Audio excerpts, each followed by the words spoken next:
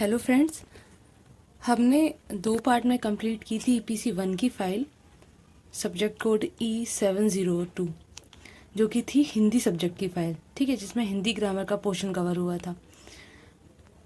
और आज हम करने वाले हैं, इसका कोड भी E702 ही है, ईपीसी 1, लेकिन इसमें होगा सब्जेक्ट इंग्लिश।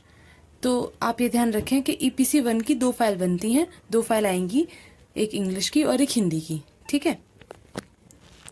सब्जेक्ट कोड रहेगा दोनों का सेम।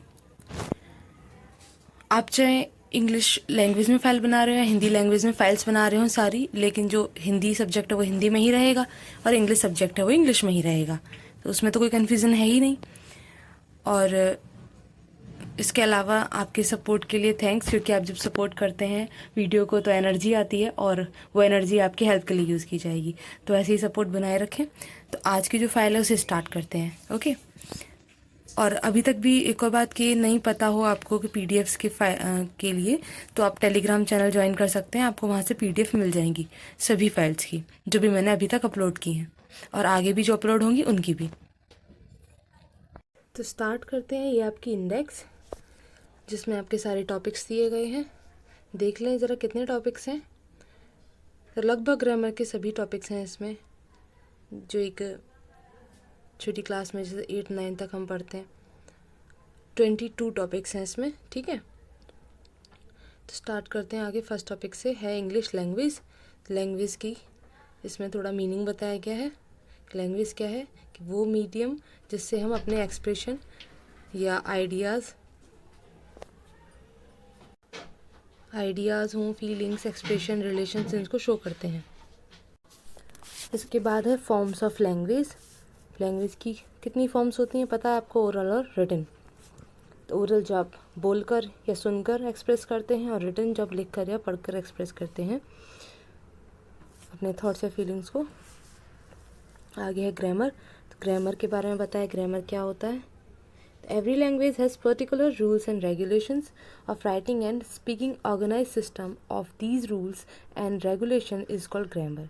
कहने का मतलब क्या हुआ कि हर एक भाषा के अपने कुछ नियम, कुछ कानून होते हैं, एक ऑर्गेनाइज सिस्टम में, एक तरीके से कुछ राइटिंग मतलब लिखने के लिए या बोलने के लिए, तो उन्हीं रूल्स एंड रेगुलेशंस को ग्रामर कहा जाता है, ठीक है। आगे है लेटर। लेटर आपको पता है कि 26 होते हैं और स्मॉलेस्ट यूनिट होती है लैंग्वेज की, वो लेटर होती है। लेटर आपको A to Z यहाँ लिख के और बता दिए हैं। इनमें इन्वॉल्व होता है, ये मिलकर किससे बने होते हैं? वोवल्स और कॉन्सोनेंट से। तो वोवल है आपके 5, कॉन्सोनेंट्स हैं आपके 21, ठीक है। आगे आ जाता है वर्ड। तो group of letters is called word, जिसका कोई पर्टिकुलर मीनिंग भी हो, ठीक है। अब जैसे ये है QUEEN, क्वीन, तो ये रानी हो गया, लेकिन अगर इसकी स्पेलिंग थोड़ी मिस्टेक कर दें तो वो वर्ड ठीक नहीं होगा, इसे हम वर्ड नहीं कह सकते, ठीक है, मिस स्पेल्ड होगा। आगे आते हैं spelling. Particular sequence of letter is called spelling.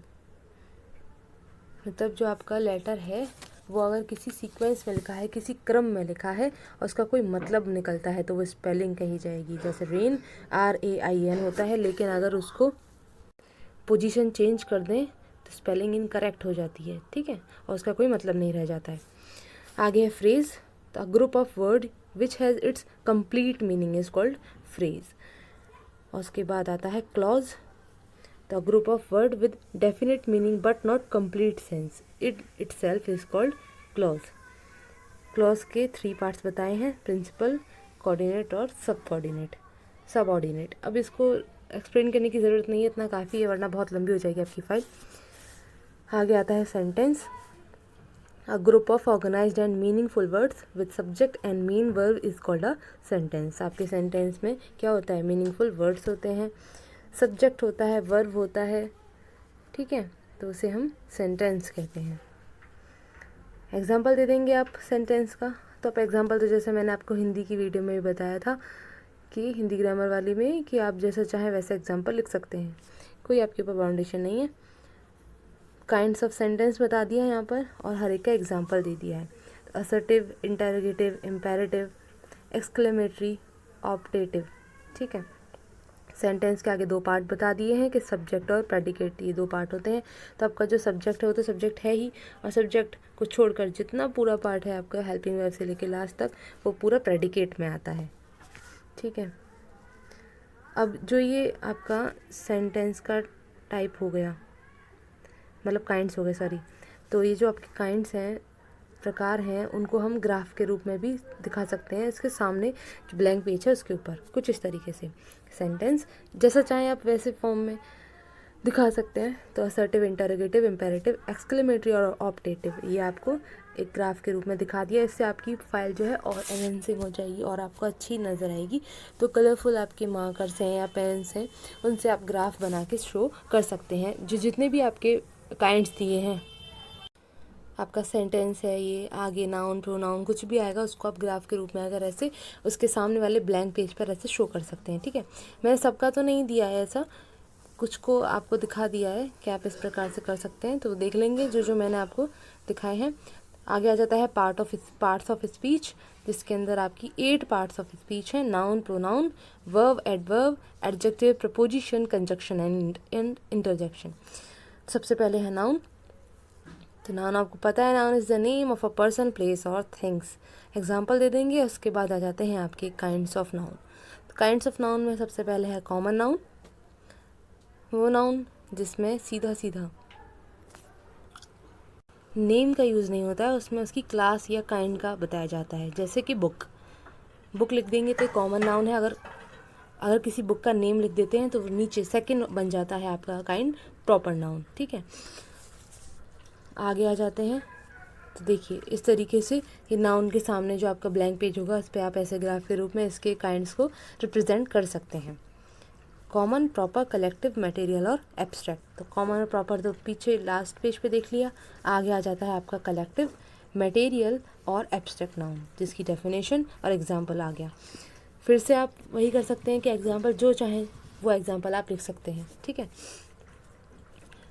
जितने लिखना चाहें उतने लिख सकते हैं। आगे आ जाता है आपका प्रोनाउन। तो प्रोनाउन क्या है? A word that is used in place of a noun is called pronoun. जो वर्ड नाउन की जगह उसकी प्लेस पर यूज़ होता है उसे प्रोनाउन कहते हैं। He, she, it, they, etc। Kinds of pronoun आ जाते हैं। सबसे पहले है पर्सनल प्रोनाउन, उसकी डेफिनेशन। जैसे नाउन का ग्राफ रिप्रेजेंट किया उसी प्रकार से हम यहाँ प्रोनाउन के काइंड्स भी ऐसे रिप्रेजेंट कर सकते हैं। ठीक है, तो आपके ये आ जाते हैं प्रोनाउंस। आप वैसे अगर गूगल पर चेक करते हैं तो आपको अलग अलग टाइप्स दिख जाएंगे प्रोनाउन के। किसी में 6 दिए होंगे, किसी में 9 दिए होंगे, किसी में 10, किसी में 12। तो आप जैसा चाहें उसको लिख सकते हैं। ठीक है, ऐसा कुछ नहीं है कि आप 9 ही लिखें या 5 ही लिखें, 10 ही लिखें, जितने आपको ठीक लगे आप उतने लिख लीजिए। ठीक है, आगे आ जाते हैं। तो पर्सनल प्रोनाउन में 3 पर्सन्स होते हैं, first person, second person and third person. First आप, सेकंड आपके सामने वाला, और थर्ड आप दोनों के अलावा जो थर्ड की किसी और की आप बात करेंगे वो हो जाता है थर्ड। नेक्स्ट है रिफ्लेक्सिव प्रोनाउन, उसके बाद आ जाता है emphatic pronoun, demonstrative pronoun, distributive pronoun. ठीक है, आगे आता है आपका रेसिप्रोकल प्रोनाउन। उसके बाद है interrogative pronoun, relative pronoun, indefinite pronoun. यहाँ प्रोनाउन कंप्लीट हो जाते हैं और उसके आगे है आपका एडजेक्टिव। डेफिनेशन और एग्जाम्पल के बाद आता है आपका एडजेक्टिव के टाइप्स। तो adjective of quality, adjective of quantity, adjective of number, demonstrative adjective, distributive adjective, interrogative adjective. ठीक है, आगे हैं एडजेक्टिव के टाइप्स कंप्लीट हो जाते हैं और ये आपका फिर से एडजेक्टिव को आपको ब्लैंक पेज पे इस तरीके से शो कर सकते हैं। ओके, ये सारे आपके एडजेक्टिव के काइंड्स आ गए। आगे आ जाता है आपका वर्ब। तो वर्ब इज़ अ वर्ड और अ group of words which tells about an action और स्टेट। तो आपकी स्टेट एक्शन बताए वो आपका वर्ब होता है। फिर हैं आपके kinds of verb, transitive verb, intransitive verb, और लिंकिंग वर्ब। ठीक है, तो एग्जाम्पल आ गए इसके साथ इनके, और डेफिनेशन आ जाती है। फिर है आगे आपका हेल्पिंग वर्ब। मैंने वर्ब का ग्राफ शो नहीं किया है क्योंकि उससे और ज़्यादा आपके पेजेस बढ़ जाते, तो मैंने बस आपको एग्जांपल के रूप में 3-4 का जो प्रोनाउन, नाउन, इनके एडवर्ब इनकी दिखा दिया था, एडजेक्टिव, कि आप कैसे ग्राफ बना सकते हैं इनके टाइप्स का, तो उसी तरीके से आप वर्ब का बना लीजिएगा। आगे आता है एडवर्ब, तो एडवर्ब का भी आप ऐसे ही बना सकते हैं। ठीक है, मतलब ब्लैंक पेज पे जो आपको रिप्रेजेंट करना है, मैं उसकी बात कर रही हूँ। तो एडवर्ब आगे आ जाता है, a word which modifies a verb, an adjective or another adverb in a sentence is called an adverb. फिर आ जाते हैं आपके kinds of adverb, adverbs of frequency, adverbs of manner, adverbs of time. Next आता है आपका adverb of place, adverb of degree. ठीक है,